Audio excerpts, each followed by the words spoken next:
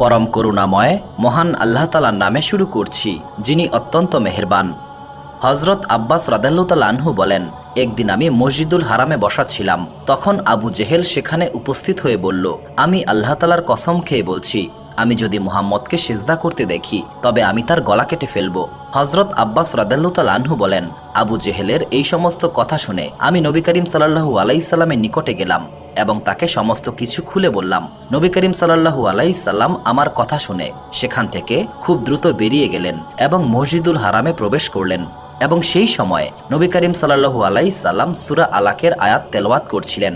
এইভাবে নবী করিম সাল্লাল্লাহু আলাইহি সাল্লাম সূরা আলাকের যেখানে সিজদার আয়াত রয়েছে সেই আয়াতটি তেলাওয়াত করার সঙ্গে সঙ্গে সিজদায় পড়ে গেলেন। নবী করিম সাল্লাল্লাহু আলাইহি সাল্লাম যখন সিজদা করলেন তখন কেউ একজন আবু জেহেলকে বলল, হে আবুল হাকাম, মুহাম্মদ সিজদা করছে। এই কথা শুনে আবু জেহেল খুব দ্রুত নবী করিম সাল্লাল্লাহু আলাইহি সাল্লামের দিকে এগিয়ে গেল এবং নবী করিম সাল্লাল্লাহু আলাইহি সাল্লামের একদম নিকটে পৌঁছে গেল। কিন্তু তারপর হঠাৎ করেই আবু জেহেল দৌড়ে ফেরত আসলো। আবু জেহেলের সঙ্গীরা অবাক হয়ে জিজ্ঞাসা করল, হে আবুল হাকাম, কি হয়েছে? উত্তরে আবু জেহেল আরো বেশি অবাক হয়ে বলল, আমি যা দেখেছি তোমরা কি তা দেখতে পাচ্ছ না? আবু জেহেলের কথা শুনে লোকেরা আরো বেশি অবাক হয়ে গেল এবং বলল, আপনি কি দেখতে পেয়েছেন? এই প্রশ্নের জবাবে আবু জেহেল বলল, আমি দেখতে পেলাম একটি ভয়ানক আগুনের গোলা আমার দিকে এগিয়ে আসছে। প্রিয় দর্শক, একদিন আবু জেহেল বলল, হে কুরাইশগণ, তোমরা কি দেখতে পাচ্ছ না মুহাম্মদ আমাদের দিনকে অস্বীকার করছে, আমাদের দেবতাদের গালিগালাজ করছে এবং আমাদের পূর্বপুরুষদের নিন্দা করছে।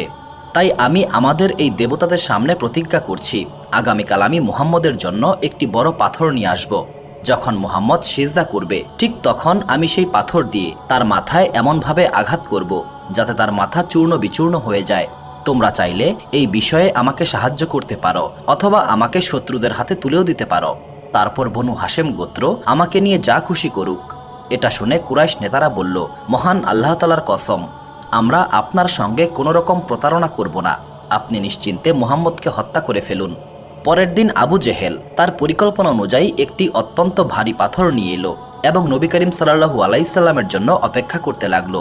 এই দিকে নবী করিম সাল্লাল্লাহু আলাইহি সাল্লাম কাবা ঘরের নিকটে এসে নামাজ আদায় করার জন্য দাঁড়িয়ে গেলেন।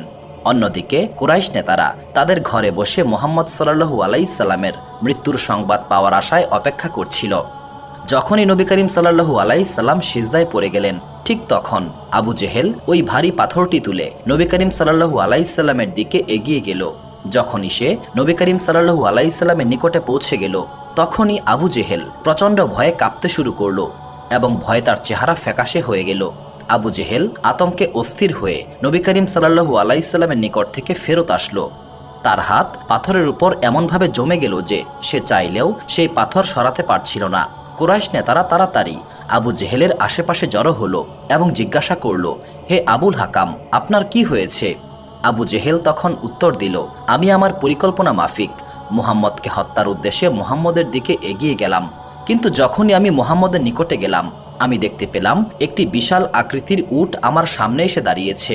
আমি এমন ভয়ঙ্কর উট আগে কখনো দেখিনি। আমার মনে হচ্ছিল এই উটটি আমাকে হত্যা করে ফেলবে। যখন আবু জেহেলের এই ঘটনা নবী করিম সাল্লাল্লাহু আলাইহি সাল্লামের নিকট বর্ণনা করা হলো তখন নবী করিম সাল্লাল্লাহু আলাইহি সাল্লাম বললেন, ওটা ছিল হযরত জিব্রাইল আলাইহিস সালাম। যদি আবু জেহেল আমার আরও নিকটে আসতো তবে অবশ্যই হযরত জিব্রাইল আলাইহিস সালাম আবু জেহেলকে হত্যা করে ফেলত।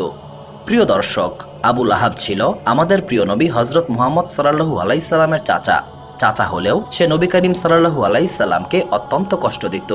সে নবী করিম সাল্লাল্লাহু আলাইহি সাল্লামের ইসলাম প্রচারে বাধা দিত এবং নবী করিম সাল্লাল্লাহু আলাইহি সাল্লামকে বিভিন্ন পন্থায় অপমান করত।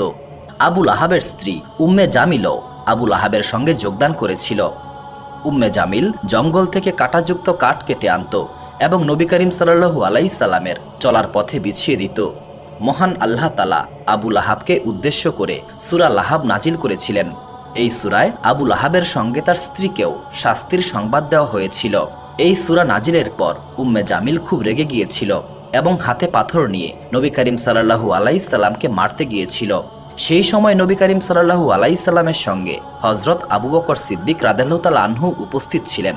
তিনি আবু লাহাবের স্ত্রীকে পাথর হাতে দৌড়ে আসতে দেখে বললেন, হে আল্লাহ রাসূল সাল্লাল্লাহু আলাইহি সাল্লাম, এই মহিলা খুবই বিদ্রূপকারী, আপনি যদি এখানে থাকেন তাহলে তার বিদ্রূপে আপনি খুবই কষ্ট পাবেন। এটা শুনে নবী করিম সাল্লাল্লাহু আলাইহি সাল্লাম বললেন, হে আবু বকর, তুমি চিন্তা করো না, এই মহিলা আমাকে দেখতে পাবে না। ততক্ষণে উম্মে জামিল নিকটে এসে গেল এবং উক্ত স্থানে সে শুধুমাত্র হজরত আবু বকর সিদ্দিক রাদিয়াল্লাহু তাআলা আনহুকে দেখতে পেল। তখন উম্মে জামিল বলল, হে আবু বকর, তোমার বন্ধু আমাকে অপমান করেছে।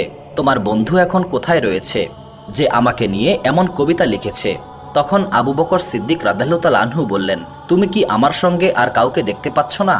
উম্মে জামিল বলল, আমি তো তোমার সঙ্গে আর কাউকেই দেখতে পাচ্ছি না। তখন আবু বকর সিদ্দিক রাদিয়াল্লাহু তাআলা আনহু জিজ্ঞাসা করলেন, হে উম্মে জামিল, তুমি আল্লাহ তাআলার নবী হযরত মুহাম্মদ সাল্লাল্লাহু আলাইহি সাল্লামের সঙ্গে কি করতে চাও? তখন উম্মে জামিল উত্তর দিল, আমি এই পাথর তোমার বন্ধু মুহাম্মদের মুখে মারতে চাই। তোমার বন্ধু মুহাম্মদ আমার সম্মানের বিরুদ্ধে কবিতা বলে বেড়াচ্ছে। প্রকৃতপক্ষে উম্মে জামিল সূরা লাহাবের আয়াতকে কবিতা বলে মনে করেছিল। আবু বকর রাদিয়াল্লাহু তাআলা আনহুর সঙ্গে কথা বলা শেষ করে উম্মে জামিল ফেরত গেল।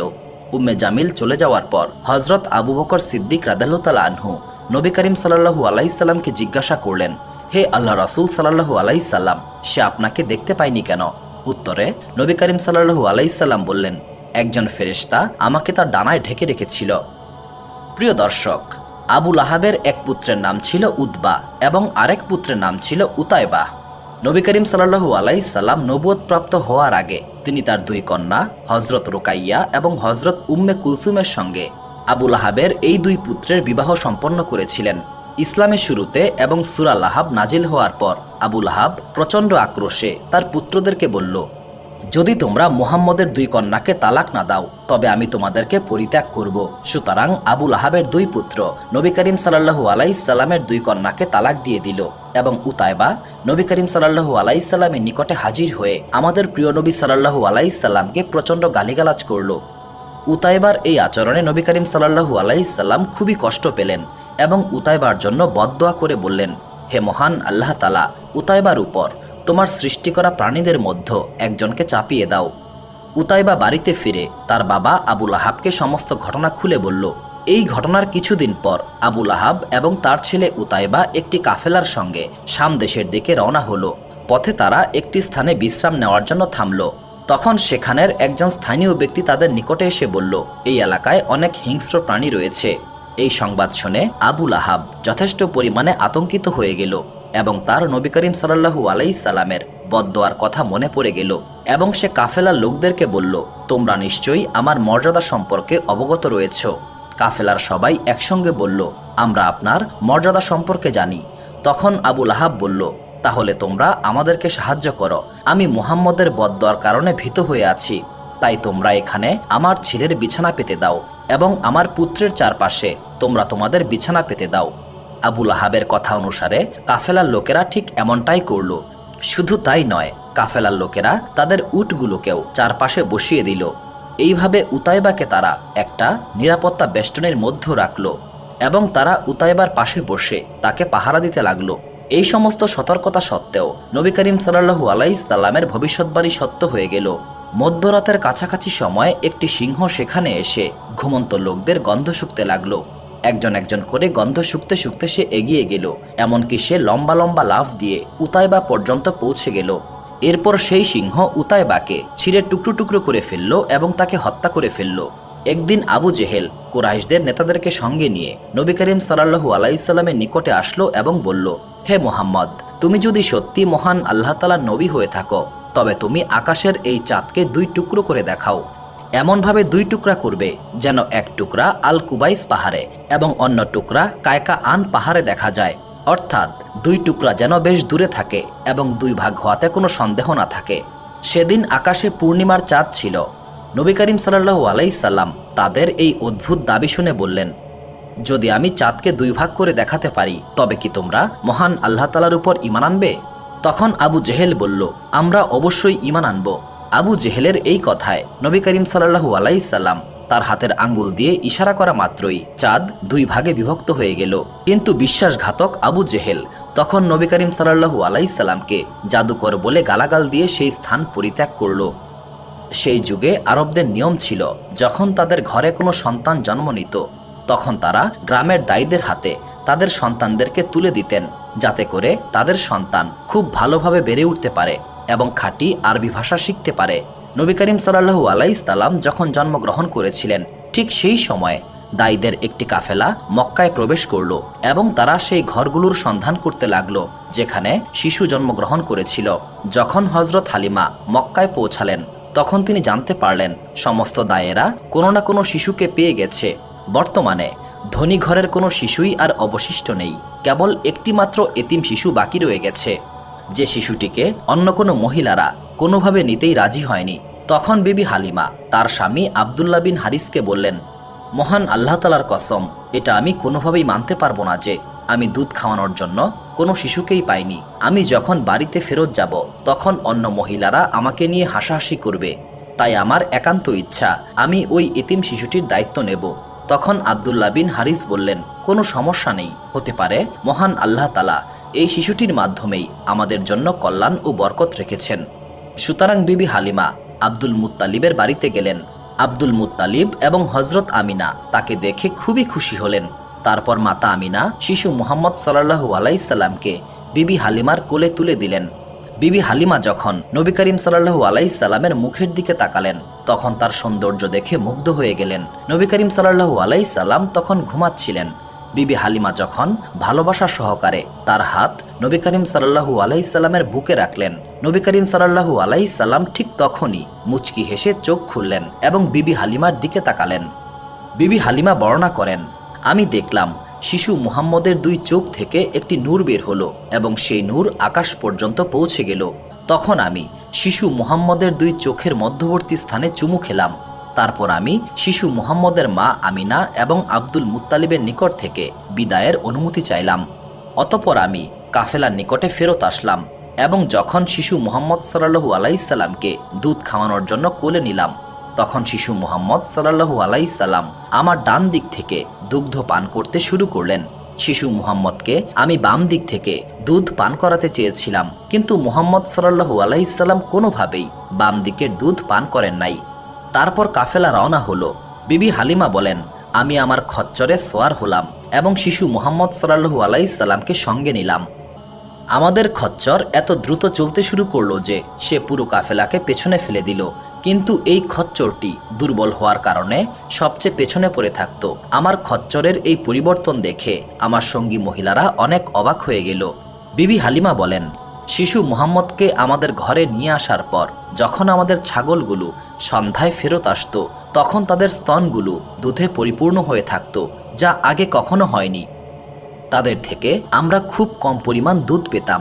সেদিন আমরা আমাদের ছাগলের দুধ দহন করলাম এবং আমাদের সমস্ত পাত্র পরিপূর্ণ হয়ে গেল। তখন আমরা বুঝতে পারলাম এই বরকত এই পবিত্র শিশুর কারণেই হচ্ছে। আমাদের পাশের বাড়ির মহিলাদের মধ্যেও এই কথা ছড়িয়ে গেল, কারণ তাদের ছাগলগুলো তখনও খুব কম দুধ দিচ্ছিল। আমাদের বাড়ির চারপাশে প্রতিটা জিনিসে বরকত দেখা দিতে লাগলো। এইসব দেখে অন্যান্য লোকেরা খুবই অবাক হতো। যখন আব্দুল মুত্তালিব ইন্তেকাল করেন, তখন নবী করিম সাল্লাল্লাহু আলাইহি সাল্লামের দেখাশোনার দায়িত্ব নিলেন তার চাচা আবু তালিব। আবু তালিবও নবী করিম সাল্লাল্লাহু আলাইহি সাল্লামকে খুবই ভালোবাসতেন। নবী করিম সাল্লাল্লাহু আলাইহি সাল্লামের চাচা আবু তালিব অর্থনৈতিক দিক থেকে খুবই দুর্বল ছিলেন। তিনি তার পরিবারকে দুইবার পেট ভরে খাওয়াতে পারতেন না, কিন্তু যখন নবী করিম সাল্লাল্লাহু আলাইহি সাল্লাম তাদের সঙ্গে খেতেন, তখন অল্প খাবারও তাদের সকলের জন্য যথেষ্ট হতো। সবাই পেট ভরে খেতে পারত। এই জন্য যখন দুপুর বা রাতের খাবারের সময় হতো, সবাই দস্তরখানায় বসতো। তখন আবু তালিব বলতেন, এখনই খাওয়া শুরু করো না, আমার ছেলে মুহাম্মদ আসুক, তারপর খাওয়া শুরু করো। এরপর নবী করিম সাল্লাল্লাহু আলাইহি সাল্লাম তাদের সঙ্গে বসে আহার করতেন। নবী করিম সাল্লাল্লাহু আলাইহি সাল্লামের বরকত এইভাবে প্রকাশ পেতে শুরু করলো যে সবাই তৃপ্ত হবার পরেও খাবার বেঁচে যেত। যদি দুধ থাকতো, সেই দুধ প্রথমে নবী করিম সাল্লাল্লাহু আলাইহি সাল্লামকে পান করার জন্য দেওয়া হতো। অতঃপর আবু তালিবের সন্তানরা পান করত। এমনকি এক পেয়ালা দুধ থেকে সবাই দুধ পান করত এবং তাতেও তৃপ্ত হয়ে যেত এবং দুধ তখনও অবশিষ্ট থাকত। একবার মক্কা প্রচণ্ড দুর্ভিক্ষের কবলে পড়ল। তখন মক্কার লোকেরা একে অপরকে বলতে লাগলো, লাত এবং উজ্জা থেকে বৃষ্টির জন্য প্রার্থনা করতে হবে। কেউ কেউ বলল, তৃতীয় বড় মূর্তি মানাতের উপর নির্ভর করো। এরই মধ্যে একজন বৃদ্ধ বললেন, তোমরা সত্য ও ন্যায় থেকে দূরে সরে গিয়েছ।